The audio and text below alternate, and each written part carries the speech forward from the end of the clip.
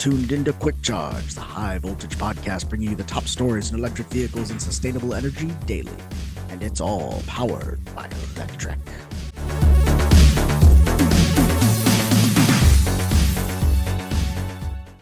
Welcome to Quick Charge. It's October 21st, 2024, and I'm your host, Joe Boris. We're just a few days away from Halloween, so I decided to bring back the spooky background. I hope you guys enjoy it.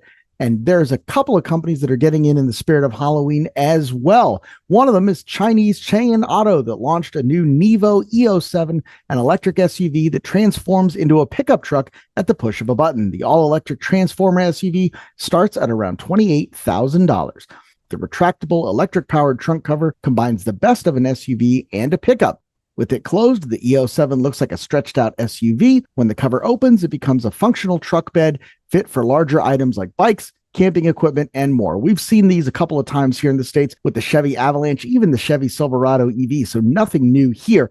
That said, it is cool to see this all happen as sort of an orchestrated, power-operated ballet, and it's cool that they're getting into the spirit of Halloween with a press release like this. Now, moving on from that kind of offbeat story, go to a little something more mainstream. Tesla's Cybertruck range extender, which is now being shown with a reduced range.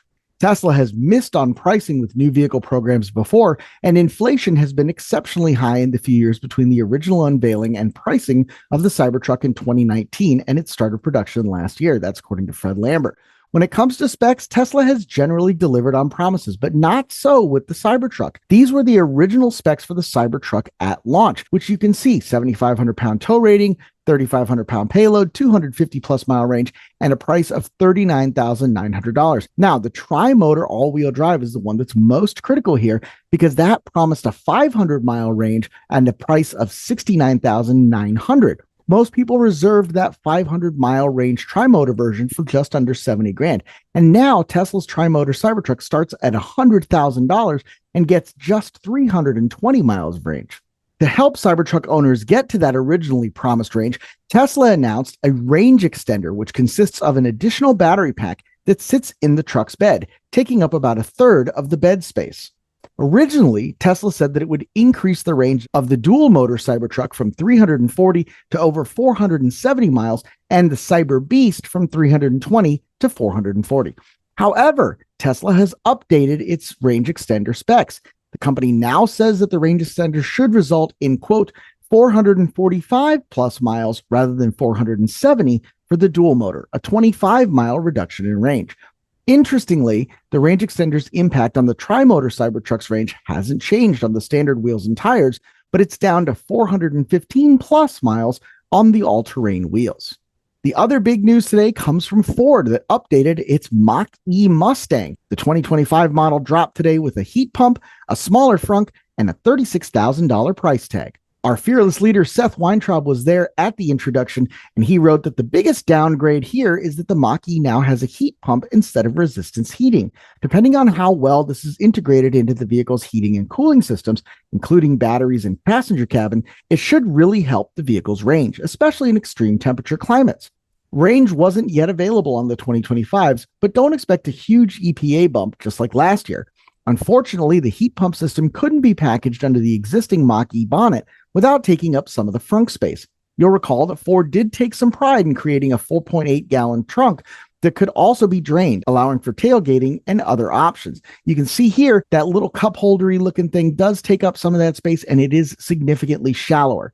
That said, it's going to get you more range and be more efficient in heating and cooling. That's just better for everyone involved. But the biggest experiential change is moving the gear shifter from the center console to the steering column. This frees up significant space in the console and gets rid of that polarizing dial-a-gear system that the original Mustang Mach-E had. Now, I want to agree with Seth here when he says that this is the biggest difference. Of course, it's the biggest difference, but I also think this is a downgrade for the Mustang.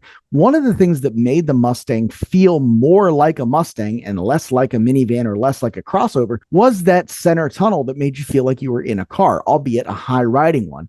Now that you've moved that to the center console, the experience is going to be much more minivan crossover, and I'm not sure it's going to do much to win over the Mustang faithful. But then again, they didn't like the fact that it was electric anyway, and they certainly didn't like the fact that this was one of the fastest Mustangs you could buy. And while we're on the topic of Ford, Ford is replacing some of the Tesla adapters it sent to its EV owners. Ford F-150 Lightning and Mach-E drivers may have to wait a little longer to plug into Tesla's supercharger network. After several had already received their NACS adapters, Ford emailed many to say that it was replacing the unit. In the meantime, the company doesn't recommend using the current one. That's pretty self-explanatory. We're going to leave it there. And while we're on the topic of things that are pretty self-explanatory, we've got an election coming up in about 15 days. And if you're one of those EV owners who's concerned about people getting the chance to vote, EV owners can now volunteer to drive voters to the polls in 11 states. Jamie Dow writes, the U.S. election is coming up soon with early and mail-in voting already open in several states. But for people who don't have transportation to get to polling places, help might come in the form of a ride from an electric vehicle. And if you live in one of these 11 states, you can volunteer to help. Jamie writes that giving people rides to the polls is nothing new in America. There are a lot of people with disabilities who can't afford transportation, voting precincts that are spread out and difficult to get to a polling place in, etc. And giving voters rides to the polls can help to increase participation of groups that are underserved in our electoral process. Mail-in ballots and early voting also help to alleviate these issues and increase participation. But after their successful application to increase participation in the 2020 election, some states have rolled back their offerings in those respects, leading to difficulties for some voters. And so, with EVs in the focus this election, EV advocacy group EV Hybrid Noir decided to give voters in 11 states a chance to experience an EV and also drive more voter participation at the same time. It comes in the form of a new effort over at chargethevote.org, which is accepting EV-owning volunteers to drive voters to their polling place, and also accepting signups to request a ride to the polls. If you're interested in either, you can sign up here as long as you're in one of these 11 states: Arizona, Florida, Georgia, Kentucky, Michigan, Nevada, North Carolina, Ohio, Pennsylvania, Texas, or Wisconsin. We'll have a link to that in the show notes. Obviously, we want to make sure everybody gets out and votes. We're not going to tell you who to vote for, although if you're voting for that fat orange idiot, you deserve all kinds of horrible things. And man, I just do not like you. Moving on from there, we like to close off these segments with talk about the environment, talk about sustainability. Today is going to be a little bit different. We're now talking about EU citizens who can sue over health problems caused by missed emission targets. According to the latest estimates from the World Health Organization, nearly 300,000 people die each year globally from respiratory illness caused by poor air quality, with millions more falling ill. Now, EU citizens might be able to claim compensation for health problems caused by their country's failure to comply with pollution limits. In Spain alone, more than 21,000 people are said to have died from similar causes in 2023 alone, with suspended diesel particulate matter being called out as the specific culprit.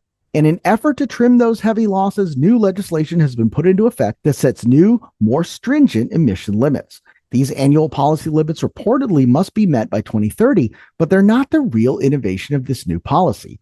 That is, if the EU member nation fails to meet those emission goals and its residents get sick, they'll be able to claim damages and be compensated if their health is damaged by non-compliance. In addition to that compensation, the EU has been given authority to impose multi-million euro fines on countries for not complying with this regulation. This latest round of emissions regulations aim to achieve zero emissions by 2050, and if met, the EU believes they will significantly reduce the hundreds of thousands of deaths that occur each year due to pollution and respiratory illness. You love to see it. Got to support everything we can do to reduce the harmful effects of carbon emissions on the climate. That's all I've got for today, October 21st. Happy Halloween. Get out and vote, and be sure to like and subscribe so you don't miss any more of my political rantings and ravings.